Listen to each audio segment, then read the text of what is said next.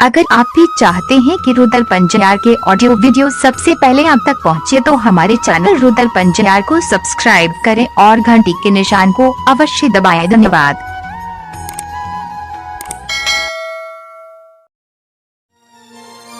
श्रोता सज्जन वृंद, यहाँ सब सवेरे से राजा चंद्रवली लोक गाथा भगैत प्रसंग सुभाष बाबू के स्वर में वह अनुज की समान भाई दीपेन बजियार के स्वर में और हमारे शिष्य पंकज बजियार के स्वर में भी राजा चंद्रवली के प्रसंग सुन लो। कोई भी प्रसंग में हम यहाँ परिणाम के जाने ले चाहे जे के कहन कर्म कल के ते केकरा की परिणाम मिलले।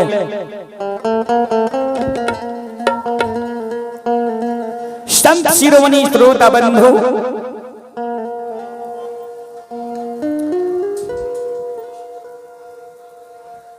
बीजक में कवि लिख रखनी है,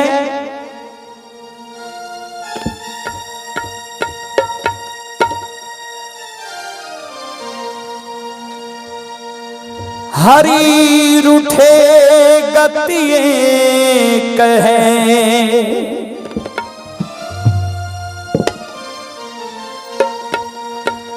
गुरु शरणागत जाय, गुरु रूठे को नहीं को न होई है सहाय।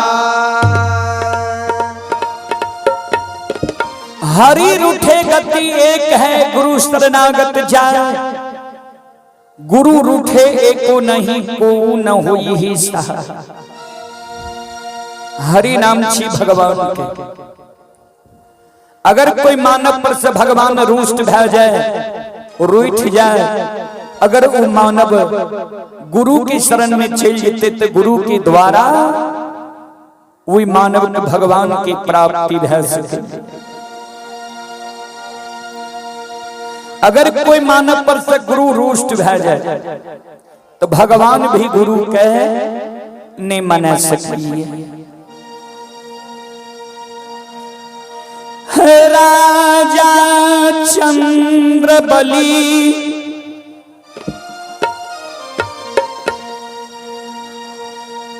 जाए तके दोनों पार राजा गुरु ज्योति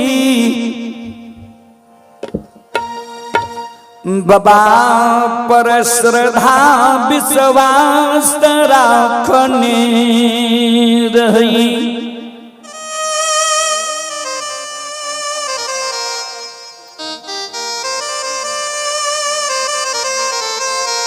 सज्जन वृंद, राजा चंद्रबली के कोई चीज की कमी नहीं रहे। हाथी हथियार घोड़ा घुड़सवार नौकर नौरी मुंशी देवान हीरा लाल जवाहर मोती धन के उद्गार से राजा महल अटारी पोखर पाटन देने रहे। लेकिन एक गो चीज की कमी राजा चंद्रबली के रहे, जी 3 पन उम्र अंतिम पड़ाव में रहे, लेकिन भगवान एगो बेटा बेटी रानी के कोई से नहीं दिल के रहे। जहिना हमारा पियो साहब के कोई चीज के भगवान कमी नहीं दिल के है, लेकिन एक पुत्र के कारण दुनिया अनहार। गुरु बाबा राजा के द्वार विपैत के बेर में लई झूठ बचन राजा रानी के देख गई रहे।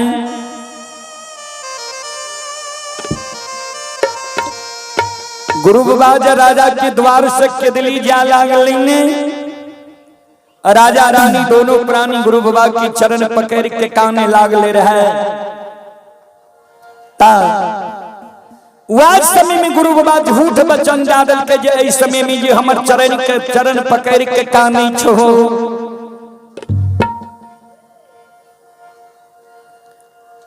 जय समय में भगवान हमारा पर सम्मुख समाधान रहे, वही समय में जा हमारा गहवा रहती हो, डाली लगती हो, एक बेटा बेटी के कारण कानी छो, तोरा पान देती हा, एक लायर पुरन से रानी के 5 गो बेटा है। सज्जन वृंद,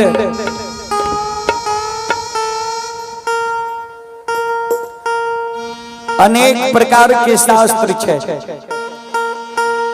अनेक प्रकार के शास्त्र ज्ञान दे छे। एक शास्त्र बतावई है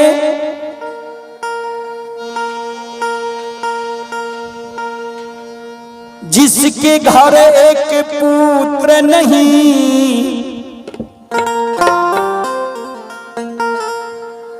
वह निपुत्र कहलाता है।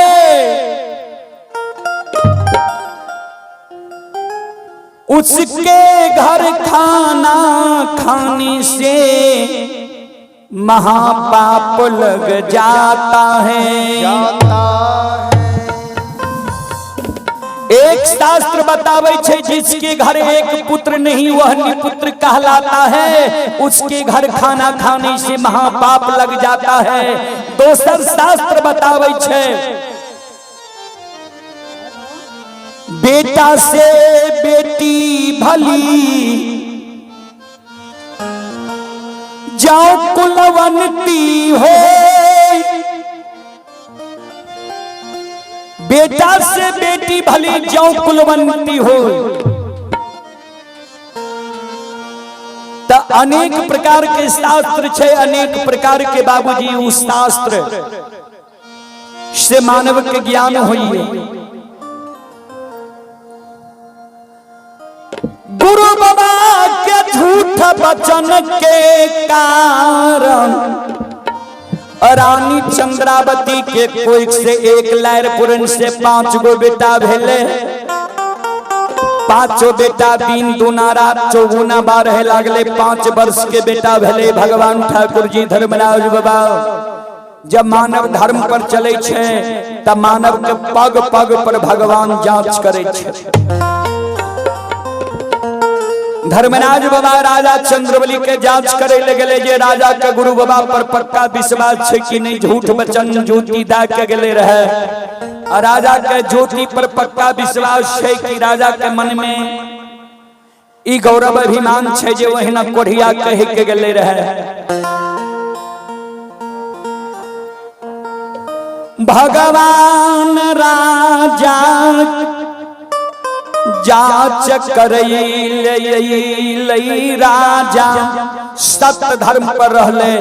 भगवान मन में सोच लखिन ये राजा के धन संपत्ति छे, गुरु बाबा की झूठ वचन देल 5 गो बेटा छे, ते राजा के अभिमान छे, ते राजा गुरु बाबा पर विश्वास करे छे। भगवान मायावी राजा के 5 बेटा के मूर्छित कर देलके, धन संपत्ति के द्वार से भगा देलके। राजा के राजा से रंक बना दिलके, अमीर से गरीब बना दिलके, दानी से दरिद्र बना दिलके। राजा चंद्रबली के ने रहे के लिए घर रहले, ने तन पर वस्त्र रहले, ने डेढ़िया पट्टात रहले, ने घर में खाए के लिए अन्न रहले। आते धारा मई के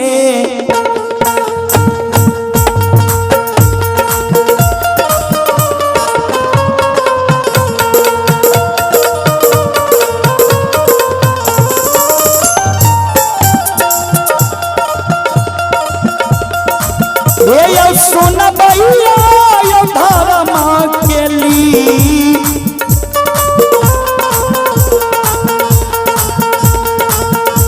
आये लीला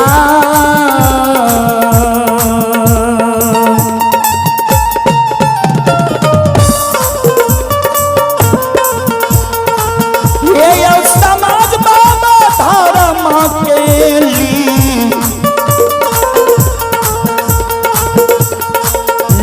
लीला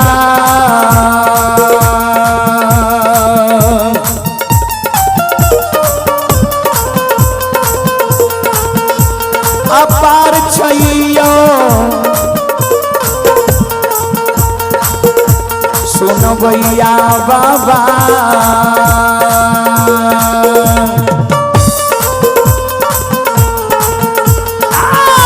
चलै दुनिया ये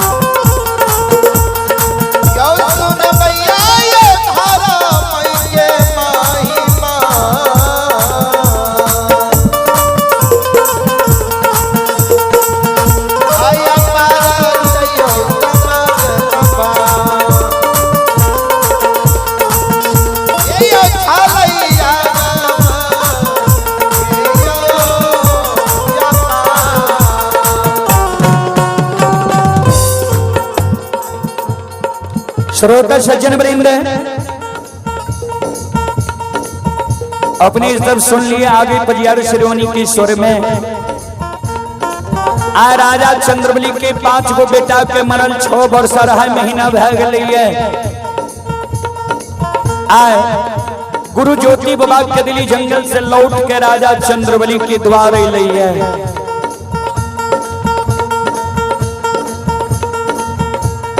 गुरु ज्योति बाबा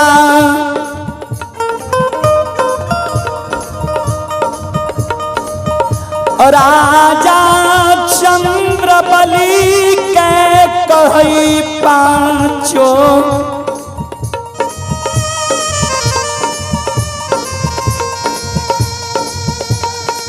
बेटा के मंजूसा से निकालो 5 बेटा के गंगा जल से नहाबो आंगन में आखर गाय के गोबर के चौका दो सिंदूर पिठार छीट दो बेटा के सुताव चादर ओढ़ाव धूप दीप अगरबत्ती जला दो दोनों प्राणी कर जोड़ के खार भै जा ठाकुर जी धर्मराज बाबा के कहो जे ठाकुर जी हमरा से जे त्रुटि गलती भेले ओकरा माफ क्या दियो संत शिरोमणि श्रोता बंधो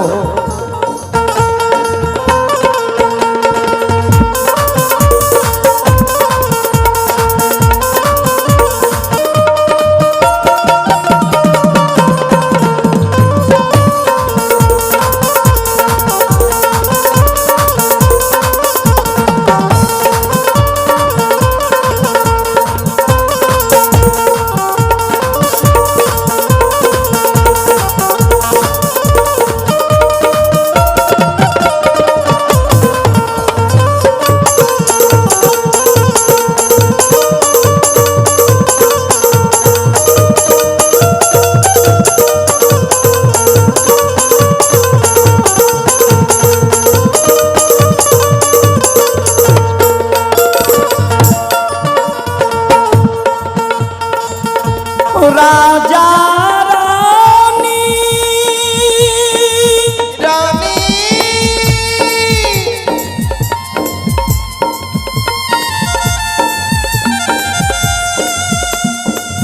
पांचों बेटा के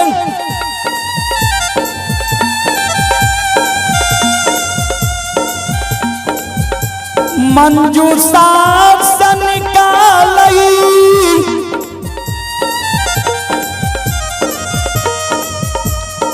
गंगा जल से बेटा के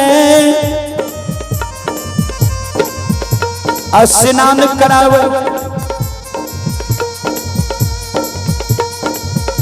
आखर गाय के गोबर के चौका रानी चंद्रावती आंगन में दे सिंदूर पिठार छीट रही छे बेटा के सुता दी छे चादर ओढ़ा दी छे धूप दीप अगरबत्ती जला दी छे दोनों प्राणी कर जोड़ के खार भेजे ठाकुर जी ओ धर्मराज बाबा भगवान हो हमरा से जे त्रुटि गलती ठाकुर जी धर्मराज बाबा भेले ओकरा यहाँ माफ कर दियो ज्योति बाबा खोचरा से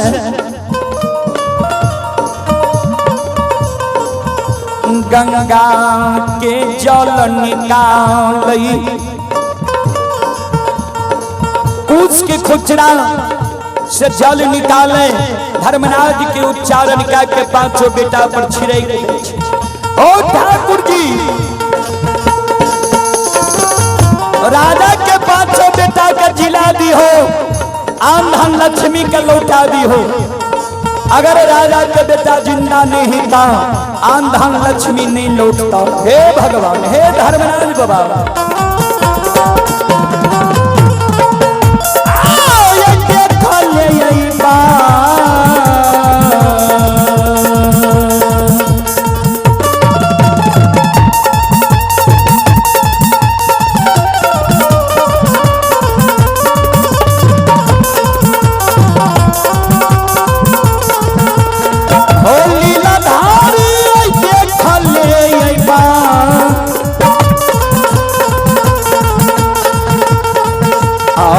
पतिया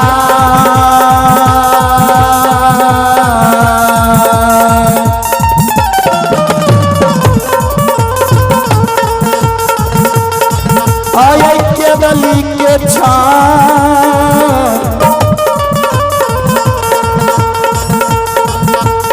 ठाकुर जी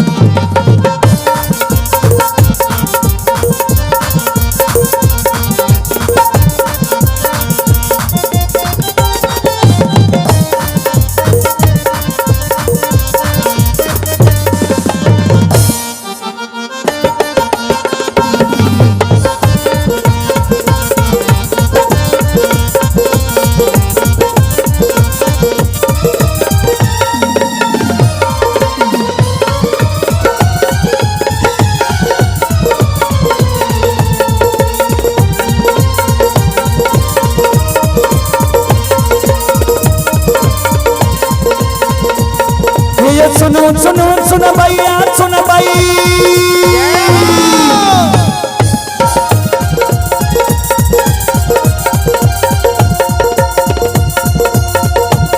भैया सुनो सुनो सुनो भैया, सुन भाई गांव के बाबू भैया, सुन भाई।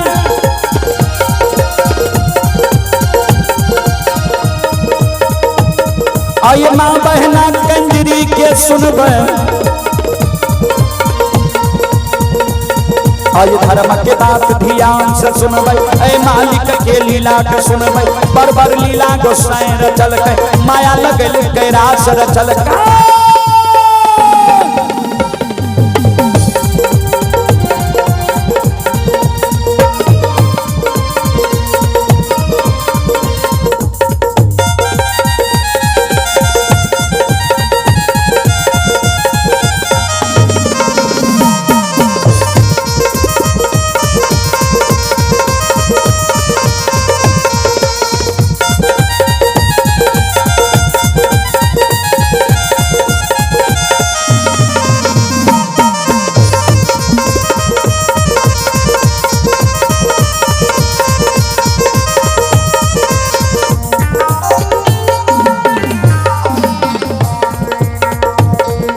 भागत के बेर भगवती के सुमरा,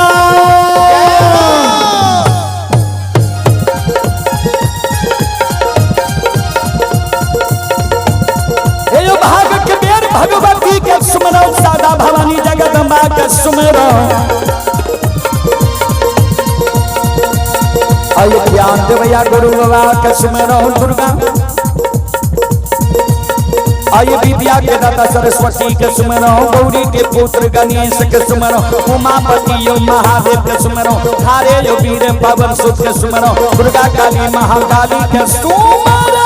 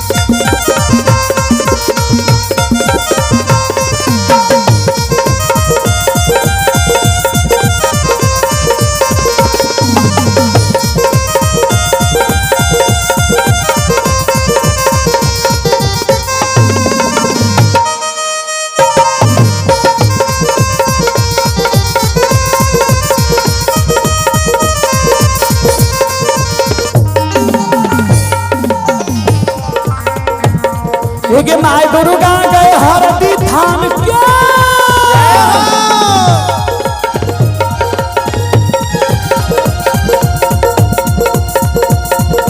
माय दुर्गा गए हरदी थान के माय भगवती के मैना गान के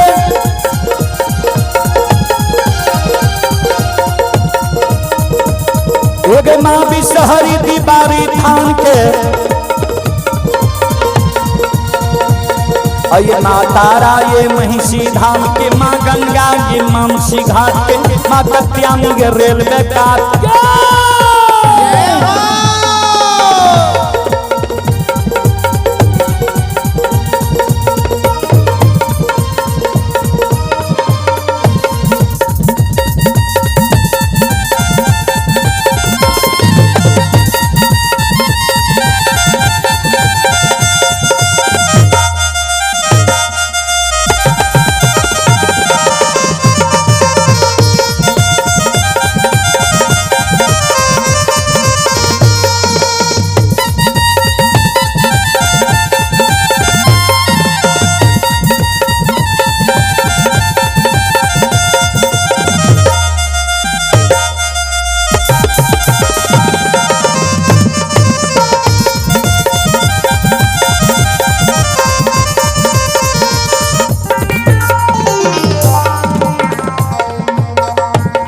आये धारमई के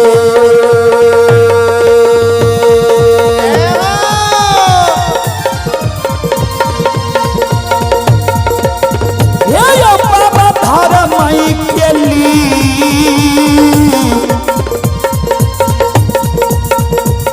आये लीला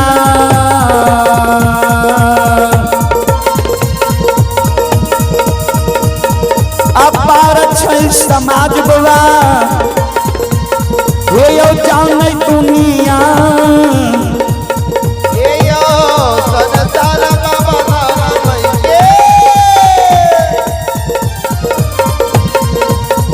लीला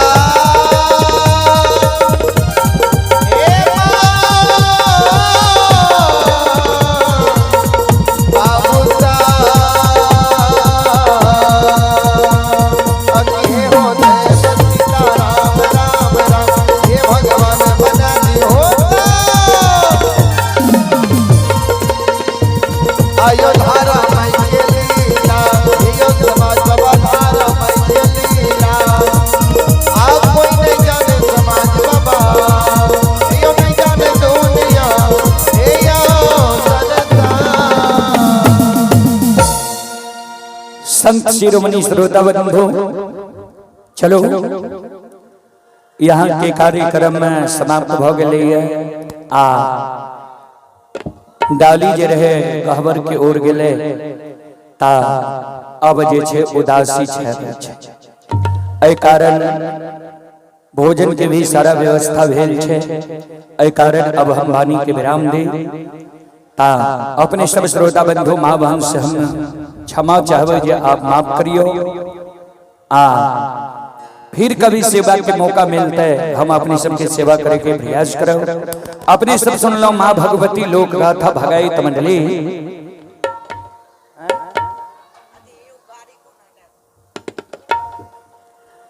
माँ भगवती लोक गाथा भगायत मंडली गायक रुदल पजियार ग्राम पंचायत बेलवारा प्रखंड सिमरी बख्तियारपुर जिला सहरसा।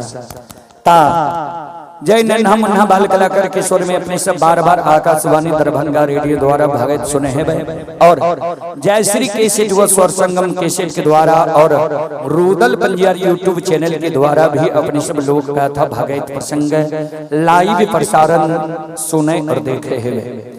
तो हम अपने सब श्रोता बंधु माँ बहन से अब क्षमा चाहब, माफ करियो। फिर कभी सेवा के मौका मिलते हम अपने सबके सेवा करे के प्रयास करब। जय बाबा धर्मराज, जय बाबा बजरंगबली, जय हिंद, जय भारत, जय संत, जय समाज। बोल बोल सच्चे दरबार की।